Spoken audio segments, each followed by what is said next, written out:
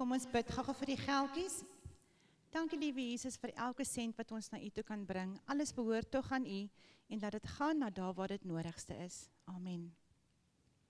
Gaan we julle? Julle lekker skoolvakansie gehad? OK. 15 jaar gelede, toe het die Here vir my en oom Jaco 'n 17-jarige meisie gegee. En toe word ek haar mamma, né? 17, toe word ek haar mamma. En op die 11de Junie 2020, toe verander sy my naam is Heidi, maar ek is ook 'n mamma, maar toe word ek 'n ouma. Joh, dis awesome om 'n ouma te wees. En toe het sy 'n dogtertjie gehad en haar naam is Eywa Lee. Het julle geweet babietjie sit nie tande nie? Hulle het julle tande. Want nou die dag, 3 weke terug toe ek vir Eywa Lee gaan kuier het, toe wys sy vir my haar onderste tandjie kan sy wikkel. Sy maak hom so met haar tong. En dan beweeg hy heen en weer. Wie van julle kon al dit doen? Wie van julle het al tande verloor? Nee, hoe cool is dit? 2 tande verloor. En dan, wat kry jy? En dan wat kry jy as jy die tande verloor het? Sit iemand dit in 'n stoutjie en dan kom die tandemuis. Maar jy weet is jou ma. O, jy het 'n ryk tandemuis. Anyway, dan val jou tande uit. En dan kry jy nuwe tande, né? Groot mens tande, nie meer kindertande nie, né? En julle weet babietjies dra doeke. Julle weet julle elkeen het 'n doek gedra. Klomp. Julle het gepiepie in julle doeke. Oeh, dis gross, né? Maar moenie worry nie, julle ma en julle pa het ook in hulle doeke gepiepie. So, dan is dit nie so erg nie. Weet julle wat is erg, né? Dat as 'n mens oud word, né, dan val jou tande ook uit. Julle moet kyk bietjie van die ou mense hier, hulle het nie hulle eie tande nie, hulle het winkeltande. Ja, jy het 'n ouma wat haar tande uithaal in die aand voor sy gaan slaap, jy het dit al gesien, né? Nee, dan sit net so 'n glasie langs haar bed. Ook gross, maar dit lê in 'n glasie langs haar bed. En die rede hoekom ek julle dit vertel, is omdat my ma is nou 83. Sy het nie meer eie tande nie. En sy dra nou ook 'n doek. So 'n mens raak soos wat jy was, soos 'n kind is. 'n Mens verander. Soos ek het gegaan van net Heidi, toe word ek mevrou Brits, toe word ek 'n mamma, toe word ek 'n ouma, en ek gaan ook oud word en my tande gaan ook uitval en ek gaan miskien ook weer 'n doek moet dra. Maar daar's 'n teks in die Bybel, Maleagi 3 vers 6, wat sê, dat God verander nooit nie. Hy kan nie. So as hy sê, dat, as die Bybel sê, die Here is my herder, hy gaan altyd jou herder wees. As die Bybel sê, Jesus is my verlosser, dit gaan nooit verander nie. Hy gaan altyd jou verlosser wees. As die Bybel sê, dat Jesus gaan terugkom, want hy het so gesê, hy gaan nie sy mind change nie. Hy gaan kom. En hy gaan vir jou kom haal, en vir jou kom haal, en vir jou kom haal, en vir jou kom haal. Hy kom vir almal van ons haal. Want God verander nie. Dis wat ek wil hê julle moet onthou. Moenie worry oor die tande en die doeke nie. Julle het nog baie lank. Julle kan maar gaan sit.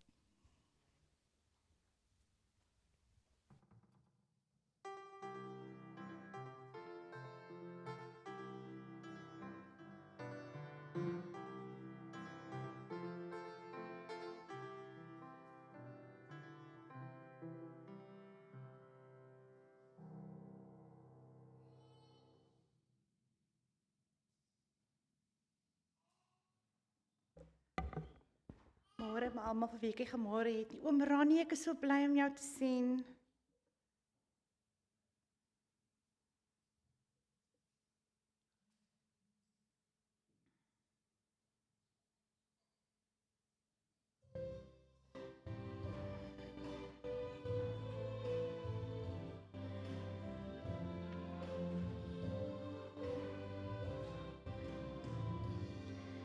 Soos 'n wildsbok wat smag, na water smag my siel na U. O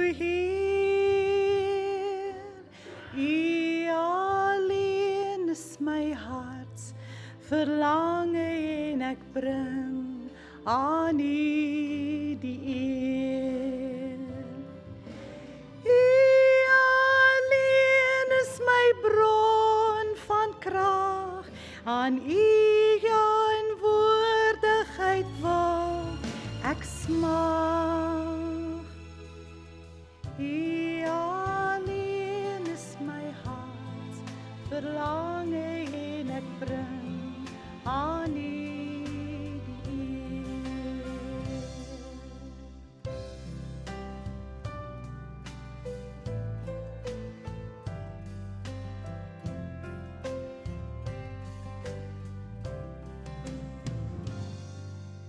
Soos 'n wildspok wat smag na water, smag my siel na U, o Heer. U alleen is my hart, verlang en ek bring aan U die eer. U alleen is my bron van krag, in U teenwoordigheid wil ek wag. U alleen is my hart, verlang en ek bring aan U die eer. U alleen is my bron van krag, in U teenwoordigheid wil ek wag. U alleen is my hart, verlang en ek bring aan U die eer, en ek bring aan U die eer.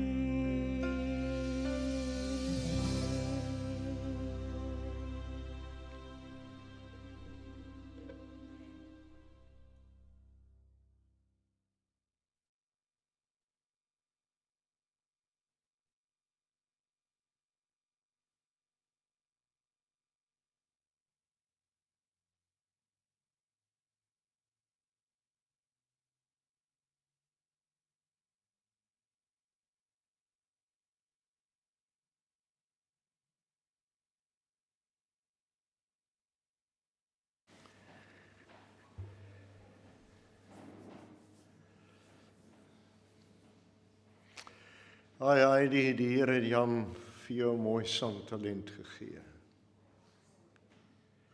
En hierdie lied het tot my gespreek. Ek het nou trane in my oë gekry.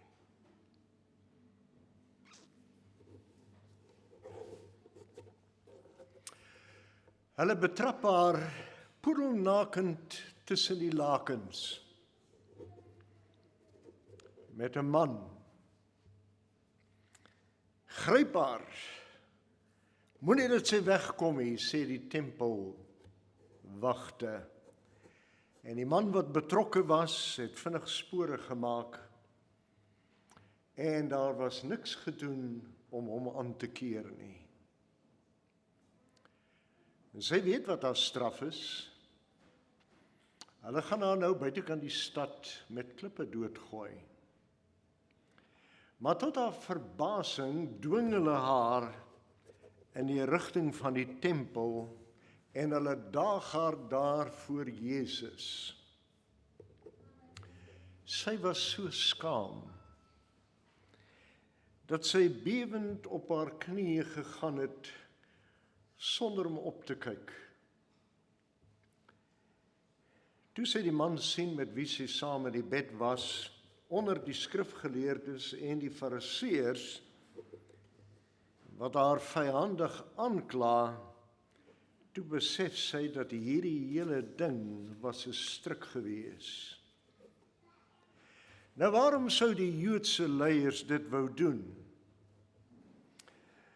Omdat Jesus 'n ernstige bedreiging was vir hulle gesag, vir hulle aansien, vir hulle status en vir nasionale veiligheid soos wat hulle geredeneer het. Baie mense het nou nuuskierig nader gestaan en Maria het haar gesig met haar hande bedek. Sy wou nie hierdie heilige man in die oë kyk nie. En soos Dawid wens hy dat sy het vlerke gehad, soos 'n duif, sodat sy kan wegvlieg van hierdie skandaal. Wat sal haar broer Lazarus en haar suster Martha sê as hulle hoor van hierdie ding? Bo die uitroepe van veroordeling en bespottings, hoor sy nou die aanklaer se klag. Meester, hierdie vrou is op die daad betrap met egbreek. En Moses het in sy wet beveel dat sulke vroue moet gestenig word. Wat sê u? En in hierdie verskriklike toestand van spanning, asof dit alles vir haar vaag word rondom haar, dis amper asof sy haar bewussyn verloor het. En toe Maria weer as te ware bykom, het sy opgemerk dat die atmosfeer in die binneplaas het verander. Dit was eienaardig stil. Sy loer deur haar hare en sy sien Jesus die woorde in die stof van die tempelvloer skrywe. Dan staan Jesus op en hy sê, laat die een wat sonder sonde is die eerste klip gooi. Maria se jong lewe flits vir 'n oomblik voor haar geestesoog. Dat sy nou so aan die einde van haar lewe moet kom. Sy wens sy kon oorbegin.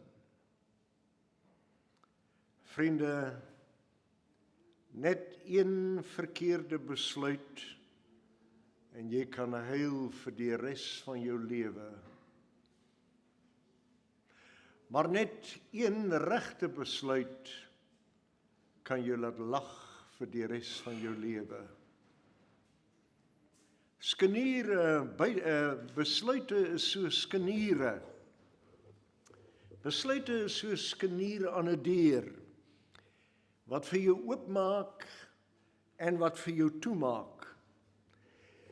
En ons is nou besig om besluite te maak wat ons geluk hier en vir die hiernamaals sal bepaal.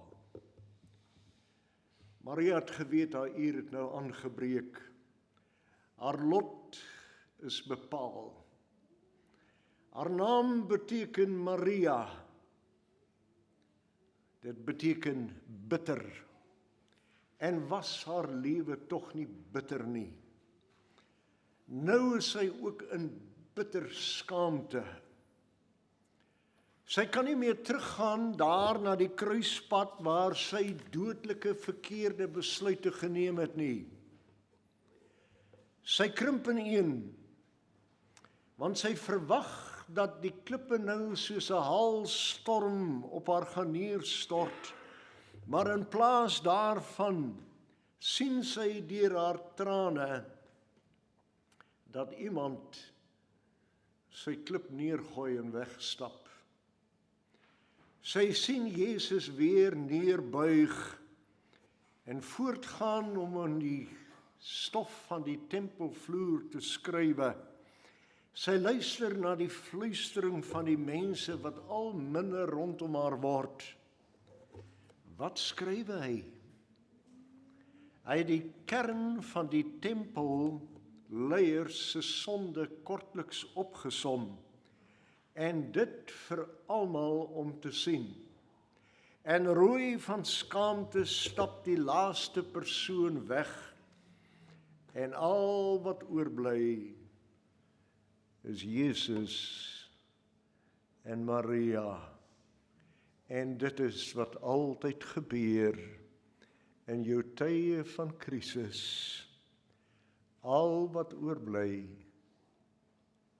is Jesus.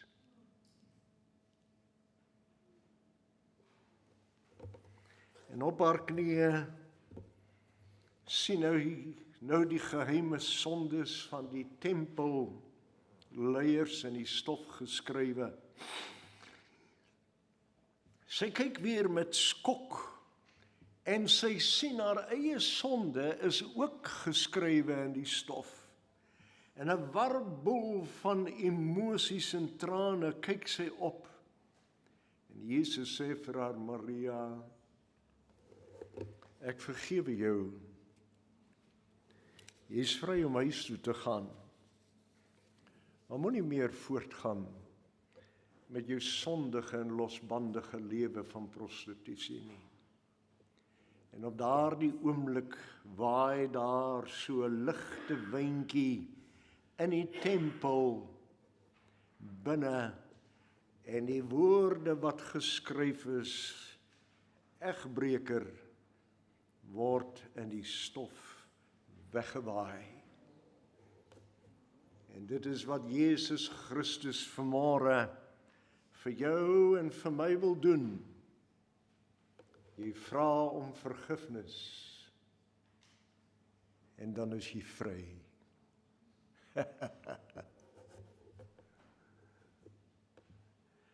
Maria was baie hartseer toe sy hoor dat Jesus van sy naderende dood praat. Maar later hoor sy weer die mense praat van dat hy op die punt is om as koning gekroon te word. En dit het haar droefheid in vreugde verander. As hy dan as koning gekroon word en gesal word, het sy besluit dat sy wil die eerste wees om Jesus so te vereer.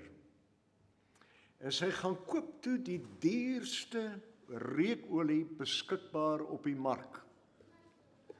Nou Markus en Johannes skat die waarde van die reukolie op 300 pennings. Nou 'n penning was toevallig ook die dagloon van 'n gewone arbeider. Gevolglik was die waarde van die fles olie naastenby gelykstaande aan die bedrag wat 'n arbeider vir 'n hele jaar sou verdien. En met die vermeerdering van die brode sal jy onthou dat Filippus het geskat dat 200 pennings nodig sou wees om 5000 mense te voed. So die verkoopprys van die fles met die reukolie sou dan voedsel kon koop vir 5000 mense. So kosbaar as wat hierdie gawe van Maria was, so ruim was haar liefde vir Jesus. En as die liefde sy beste gegee het, dan is daar tog in die hart 'n diep kommer, 'n vae kommer, dat dit straks nie genoeg is nie. En wens dat daar selfs meer kon gewees het. Jesus het Simon van Betanië van melaatsheid genees. En om sy dankbaarheid te toon, nooi hy toe vir Jesus, sowel as Lazarus en die twee susters Martha en Maria, na die ete. En Simon het geen koste vir die geleentheid gespaar nie. Net die beste was voortgesit. En met die ete was die gewoonte dat die gaste op hulle sy gelê het, gerigsteen met 'n kussing en met hulle bene uitgestrek, weg van die tafel af. Niemand het opgemerk dat Maria stilletjies die vertrek binnekom en by Jesus se voete kniel nie. Haar hart het nou in haar keel geklop. Sy was vrou alleen tussen mans. Dis 'n verbode terrein. Sy mag nie daar wees nie. En sy wonder of Jesus haar daad sou goedkeur. En dan met liefdevolle teerderheid breek sy die fles, die seël van die fles, en die kosbare reukolie giet sy op Jesus se hoof en sy voete uit. En emosie oorweldig haar daar op daai oomblik, dat sy knielend huilend aan Jesus se voete huil, soveel meer, dat sy haar pragtige lang boshare moes losmaak, om haar trane op Jesus se voete af te vee. Toe die fles breek, het almal opgekyk, want die aroma het die hele vertrek gevul. Judas het dadelik onder die disippels gemompel, wat 'n verkwisting. Maar Judas het vir sy Here 'n veel minder bedrag verkoop as wat Maria se reukolie gekos het. Ja, dit is so dat gesonde verstand sê dat die waarde van die reukolie beter gebruik kon word. Maar liefde luister na die hart en dan gee dit maksimum, al lyk dit na 'n verkwisting. Was daar ooit menslik gesproke 'n groter verkwisting as dit wat op daardie eerste Goeie Vrydag gebeur het? Omdat mense nie die kosbare gawe van Jesus Christus op die kruis aanvaar het nie. En daarom as jy nog nie Jesus as jou persoonlike saligmaker aanvaar het nie, dan is sy gawe aan die kruis by implikasie 'n groot verkwisting. Simon was baie min gepla oor die koste van die duur reukolie. Sy kwessie was dat hy kon nie glo dat Jesus toelaat dat 'n prostituut hom aanraak nie. Hy het Maria verag, want dit was eintlik hy wat Maria eerste in sonde verlei het. En dat Maria Christus se voete soen, was tergend vir sy harde hart. Maar Jesus het sy gedagtes gelees en antwoord hom, Simon, ek het iets om vir jou te sê. En hy antwoord, meester, sê maar. En Jesus sê toe, Simon, 2 mense was in die skuld by 'n geldskieter. Mense wat geld leen. Die een het 500 pennings geskuld en die ander een het 50 pennings geskuld. En omdat albei hom nie kon terugbetaal nie, het hy albei se skuld afgeskryf. Simon, sê Jesus, wie van hulle 2 dink jy sal hom die meeste lief hê? En Simon antwoord en sê, Here, ek veronderstel die een vir wie hy die meeste skuld afgeskryf het. En Jesus sê, Simon, jou antwoord is heeltemal reg. Omdat Maria se sondes baie was en vergewe is, daarom bewys sy baie liefde. Maar jy, Simon, omdat jy reken dat jy min skuld het om afgeskryf te word. Daarom bewys jy min liefde. En daarop sê Jesus vir haar, Maria, jou sondes is vergewe, gaan in vrede.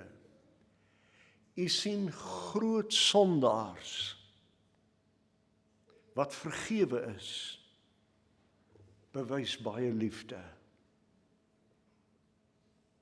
Groot sondaars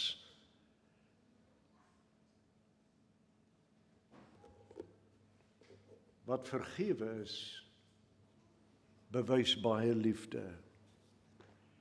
Dankbare mense kan God nie genoeg dank vir vergifnis nie. En julle wat weet, kan gerus daarop sê amen. Jesus was so beïndruk met Maria se liefdesdaad, dat hy sê, voorwaar ek sê vir julle, oral waar die evangelie verkondig sal word, soos vanoggend, in die hele wêreld, sal daar ook gespreek word van wat Maria vandag hier gedoen het, tot 'n gedagtenis van haar. Maria se daad sal onsterflik op die bladsye van die gewyde geskiedenis spruik.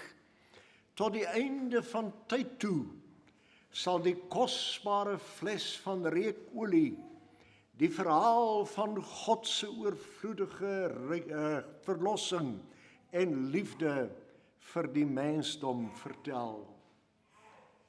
Aan die einde van Jesus se lewe was daar vir hom net teenkanting. Soveel geknoei, soveel haat, soveel vyandskap, soveel bespotting. En toe kom Maria met die reukolie en giet dit op Jesus se hoof uit.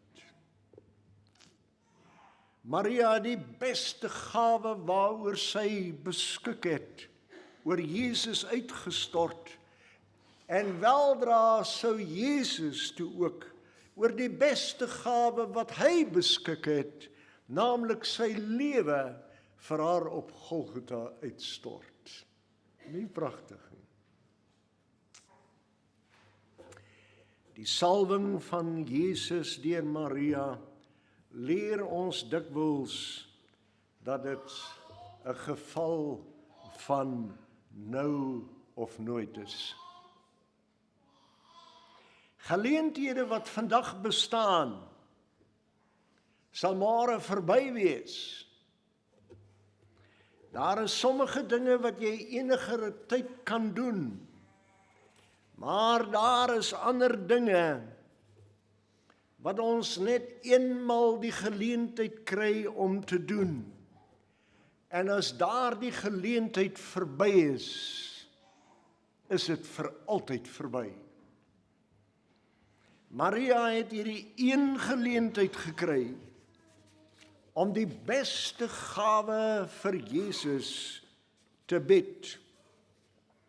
Nooit weer sal sy daardie kosbare fles van reukolie vir haar meester kon breek nie, want hy was op pad na die kruis. Ook ons geleenthede gaan dikwels verby.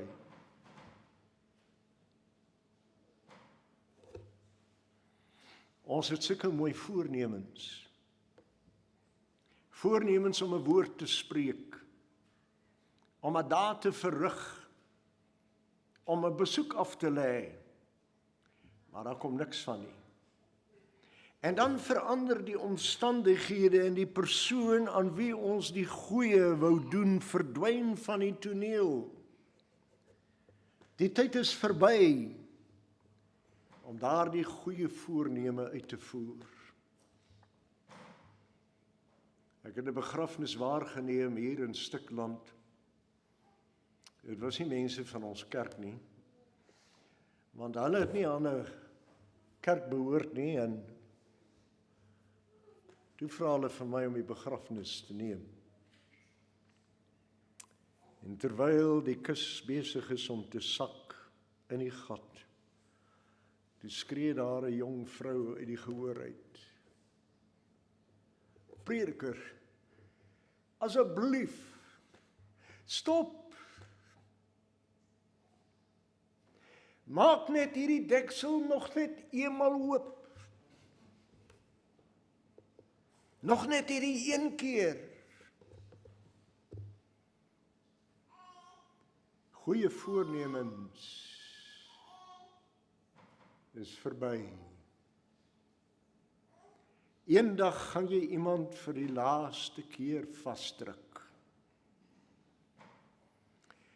Iemand gaan jy vir die laaste keer soen. Vir die laaste keer gaan jy na daardie persoon se stem luister. Ons weet nooit wanneer daardie oomblik sal aanbreek nie. Daarom koester elke dag asof dit die laaste dag sal wees om daardie voorneme van jou te kan uitvoer. Nou sien ons Maria op die heuwel van Golgotha staan. Sy staan so 'n bietjie nader aan die kruis. Haar trane loop oor haar wange. Haar hart is gebreek en sy kyk op daarna waar Jesus in pyn en smart tussen die hemel en die aarde hang. Sy kyk op na daardie kruis. Sy sien hom hang in pyn. En sy roep uit, waarom? Waarom moet hy so ly? En die antwoord kom van die kruis. Maria, dis omdat ek jou so lief het. Dis waarom ek ly. Vroeg die Sondagmôre, toe almal nog slaap, het Maria stilletjies by die huis uitgeglip op pad na die graf toe.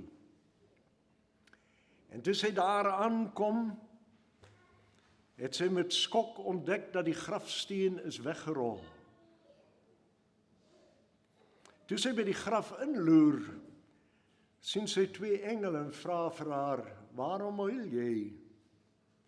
En sy antwoord, is omdat hulle my Here weggeneem het.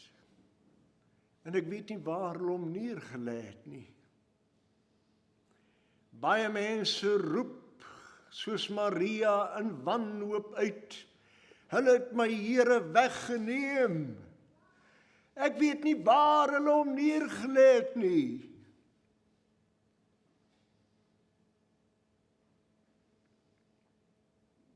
Vir baie mense sê die Heiland, waarom huil jy?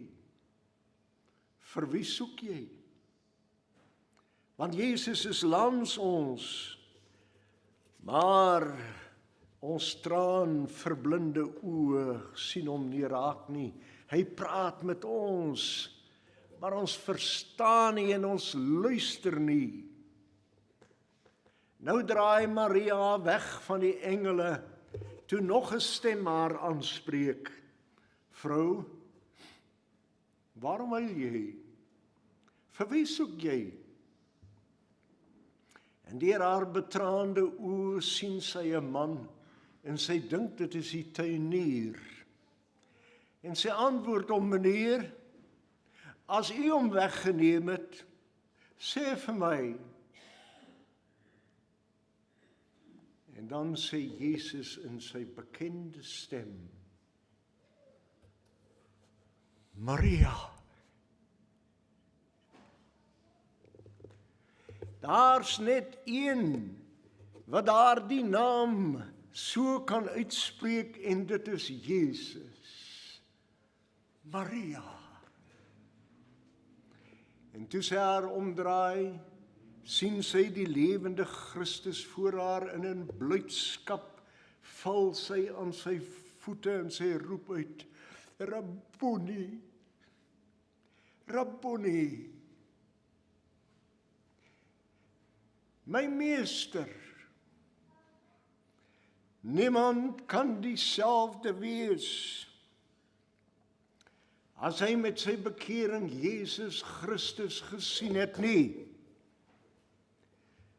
Ek onthou die aand met my bekering, toe ek Jesus as te ware vir die eerste keer gesien het. Dit was so wonderlik. Ek kon nog nooit weer wegkyk nie. Dit was Maria wat graag aan die voete van Jesus gesit het en van hom geleer het. Dit was Maria wat die kosbare olie op sy hoof uitgegiet het. Dit was Maria wat by Golgotha, by Jesus se kruis gestaan het. Dit was Maria wat die eerste was by die graf van Jesus se opstanding.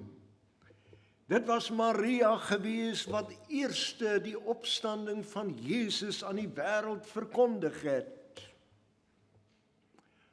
Maria,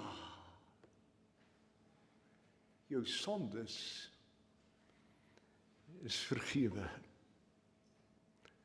Gaan in vrede.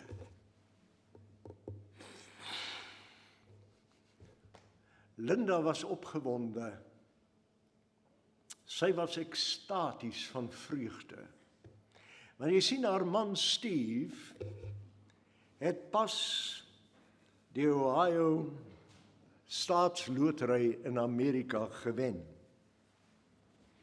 En om die kroon te span, wen hy toe die lotery vir 'n tweede keer. En nou was hierdie egpaar van Dayton in ekstase, want hulle kan hulle drome nou uitleef. Maar daar was een probleem. Linda was betrokke in 'n buiteegtelike verhouding.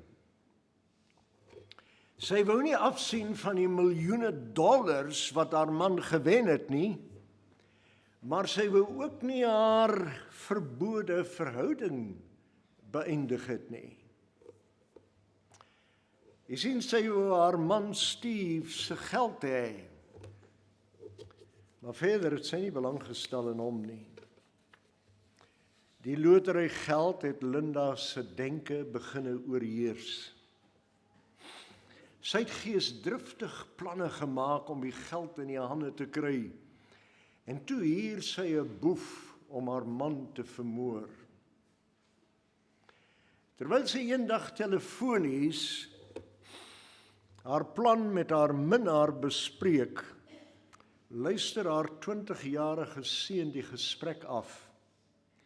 En die jong man vertel toe vir sy pa, wat dadelik die polisie in kennis stel, en Linda word gearresteer oor haar komplot om haar man te vermoor vir 'n skamele $500. Vreemd genoeg het Steve Linda gereeld in die tronk besoek. Familie en vriende was verstom gewees en wou weet, Steve, hoe kan jy so iets doen? Nou, Steve het gesê, 'n mens skryf nie sommer 'n huwelik van 22 jaar af nie. Stadig aan het hulle verhouding weer begine groei, soos wat hy haar besoek het in die tronk. Steve het toe alle aanklagte teen haar laat vaar en alles in werking gestel om haar vonnis te versag, en toe het hy vir haar borg gestaan. Steve se onvoorwaardelike liefde het Linda se hart gebreek. Sy liefde ondersteuning het iets dieps in haar geraak. En Linda het haar buitelike egtelike verhouding toegesien as 'n goedkoop namaaksel van die egte. Sy het by haarself gedink, hoe kan sy die ware egte liefde van Steve weerstaan Iemand wat haar nie verstoot nie, nadat sy alles aan hom gedoen het. Hoe kan sy haar rug keer op Steve, op iemand wat so getrou was aan haar?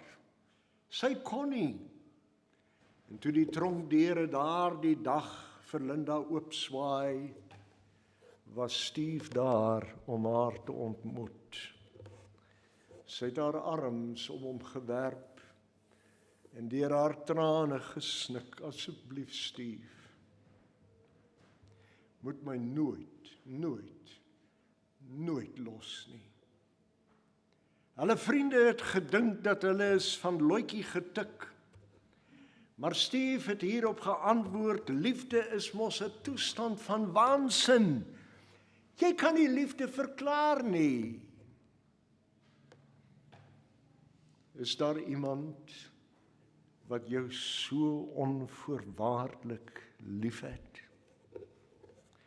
Beteken jy soveel vir iemand dat nadat jy hom gekill het en selfs sy dood beplan het, jou nog steeds sal lief hê? Jy mag dit nie besef nie, maar daar is iemand wat jou soveel liefhet. Iemand wat jou nooit sal prysgee nie.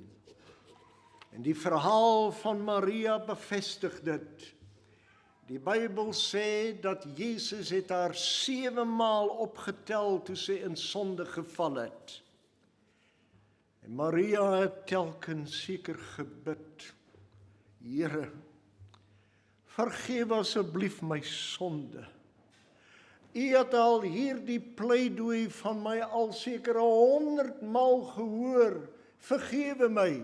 Maar Here, vergewe my nog net hierdie een keer. Waarom bid ons so? Dit kan net liefde wees wat ons so dring. Want jy sien, groot sondaars wat vergewe is, bewys baie liefde. Halleluja.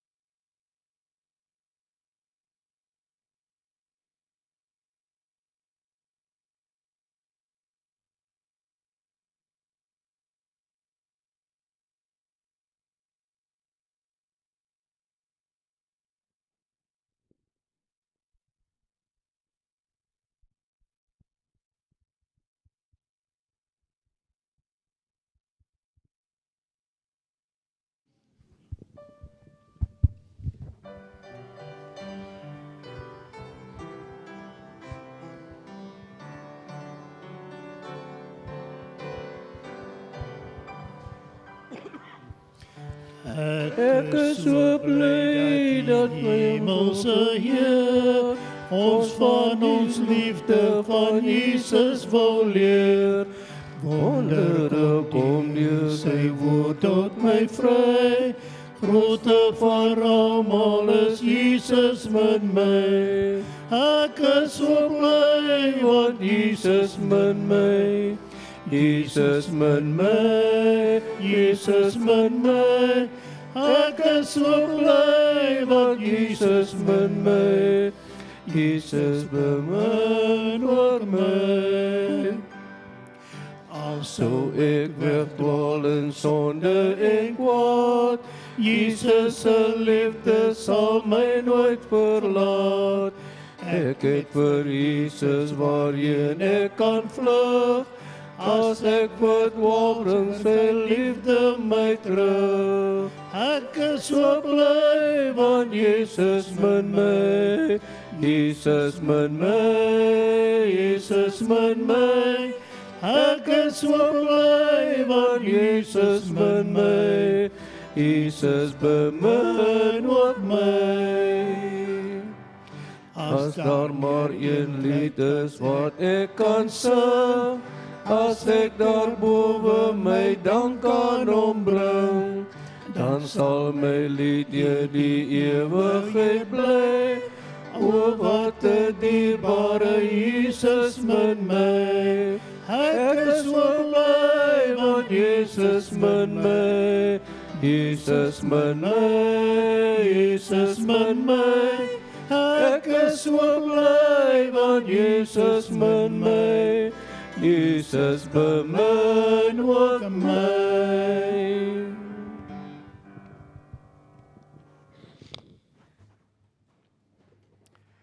O Here, wees ons genadig, o God, en wis ons oortredinge uit na die grootheid van u goedertierenheid. En skep vir ons 'n rein hart, en vernuwe ons gees, en maak ons standvastig. Laat ons tog u blydskap beleef, van iemand wat deur u vergewe is, en van sonde verlos is. En daarvoor dank ons u. En ons sê amen en